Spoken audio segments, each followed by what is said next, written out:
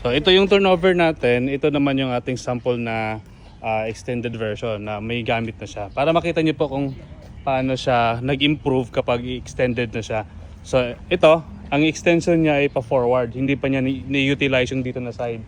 Pero pwede kang ganitong extension, pwede din dito para mas magiging maluwag. Pwede din isang carport lang kwarto sa kabila.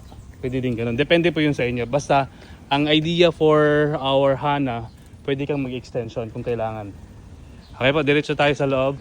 So ito po yung ating sample na dress up.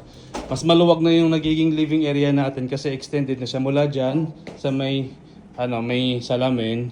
Parang less than a meter yung extension niya. So nagiging maluwag na yung ating living area. Papalagay sa lamin na. Pasok po kayo. Bakasyonanan lang po or ano po ba? Bakasyonanan po ba? Bakasyon?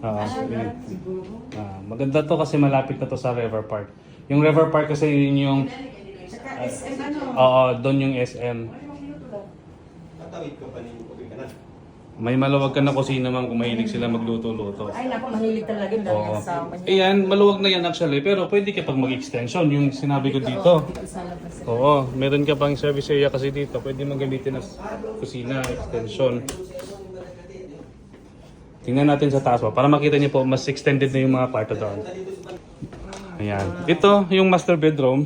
Lumaki siya kasi Oo. master. Yung wall niyan, mula lang yan dito sa ito yung wall niyan original.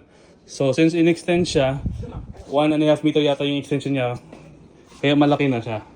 So nakapaglagay na siya ng queen size na bed. May ano siya. Meron na siyang cabinet. Meron pa siyang area for sa TV.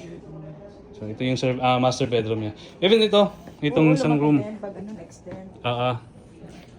Dito lang yan Dito lang yan yung wall. So yan, extended na siya. So, nakapaglagay siya ng 2 bed. Ay, walang mga anak mo. Pero mag-asawa sila? Okay. Wala pang anak. So hindi na kailangan mag-extension. Okay na yung as is na turnover. Pagandahin na lang. Pwede pa nga din yung kwarto. Yes. Oo, silvi ka pa. Ayun. Hana Quadroplex. Dito lang yan sa Minami Residences. Barangay Santiago, General Trias, Cavite. Ayan.